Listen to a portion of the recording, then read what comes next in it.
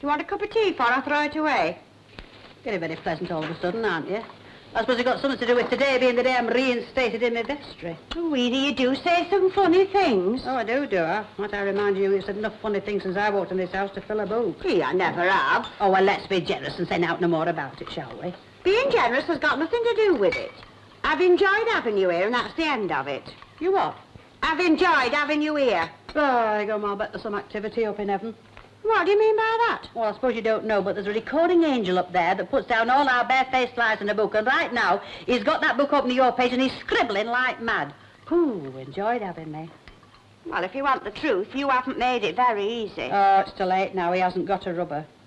What are you looking at me like that for? Well, you haven't made it easy. It's no use you looking at me like that, either. Oh, gum, you weren't looking at. Who was it that introduced culture into this house in the first place? Who was it that embellished, and that's the only word, embellished this room with her furniture? Well, I wasn't. And who was it that introduced cultural into this house for the first time since the year dot? Go on, answer me that. Well, I wasn't saying anything. That's something to be thankful for. You've said enough. Now, just let's imagine for 1 minute that it had been you that had been stricken down. Do you know what I would have done? I'd have taken you to my bosom. I would have ministered to your every need.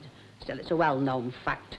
Some folks as go through life giving now. Hey, now, Ena. The way I've sat here hour after hour, frightened about to my mouth, for fear of giving offence. Still, I said, it's not for me to tell her how to run her own home. It's not for me to tell her what to do. See who that is, will you?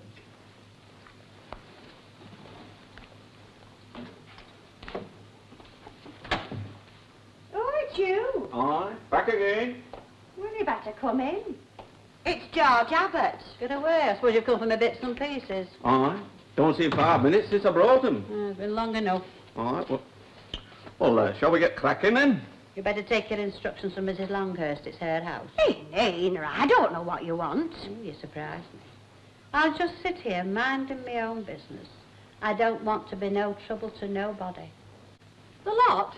What do you think that is? You don't suppose a work about like that belongs to this house, do you? Oh, I was forgetting. Well, don't.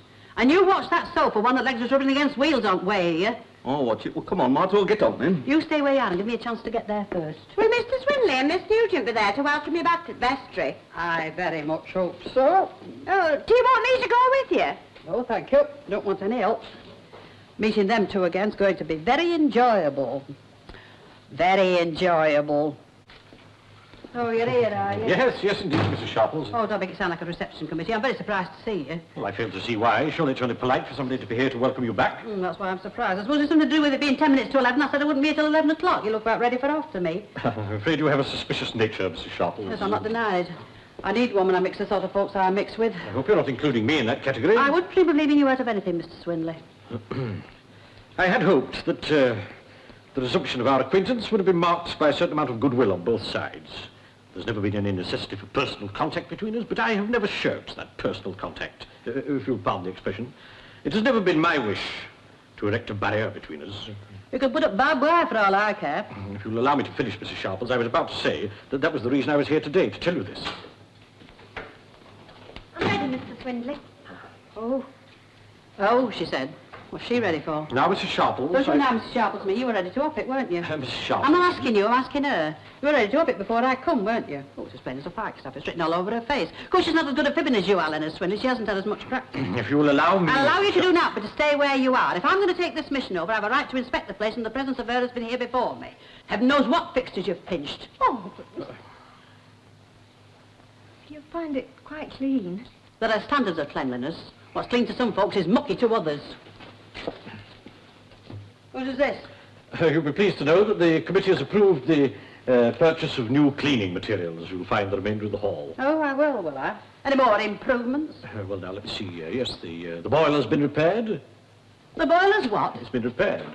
It's needed attention for some time, and I'm sure you'll be very glad to know that it's now in full working order. I'm going to say if you live long enough, you hear more. Yes, well, perhaps that's so, Mrs. Sharples, but... But you don't know what I'm driving at, do you? Like heckers like. You know as well as I do that I've been complaining about that boiler for donkey's years. Soon, Mrs. Sharples. Too expensive, Mrs. Sharples. Can't get the work, Mrs. Sharples. That's what I got, but when that walks in, it's done. And when it comes to brush lights and such like, I have to go down on my bended knees before I can get so much of a bar of soap out of you, but not her. You two having an affair? Mrs. Sharples, you've gone too far. Oh, I hope I'm the only one. You'll kindly apologize at once. I'm waiting, Mrs. Sharples. I'm sorry. I should have realised that neither of you are capable of such a thing. Thank you. The fact that the repairs to the boiler and the purchase of new equipment happened to coincide with Miss Nugent's appointment as caretaker here was mere coincidence. Mere coincidence. Well, you can hardly say they were for my benefit. It may surprise you to know that I can say that. Your dismissal was never intended to be anything but temporary. That's somewhat new. Nevertheless, it happens to be true. Granted, the letter from your neighbours might have had some little effect, but the committee was always faced with the possibility of your early recall. They merely wished to teach you a lesson. I see. And I sincerely hope that you've learned something from it. Oh, I have. I have. Good. Miss Nugent, I think it's time we were leaving. Yes, Mr. Swindler. Just a minute, Mr. Swindler. Me being an old woman and getting a bit past it, like, I hadn't realised that all these goings and comings was planned, like.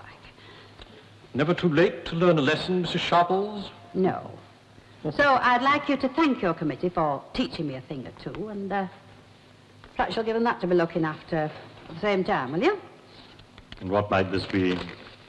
It's the bill for removing me there and back.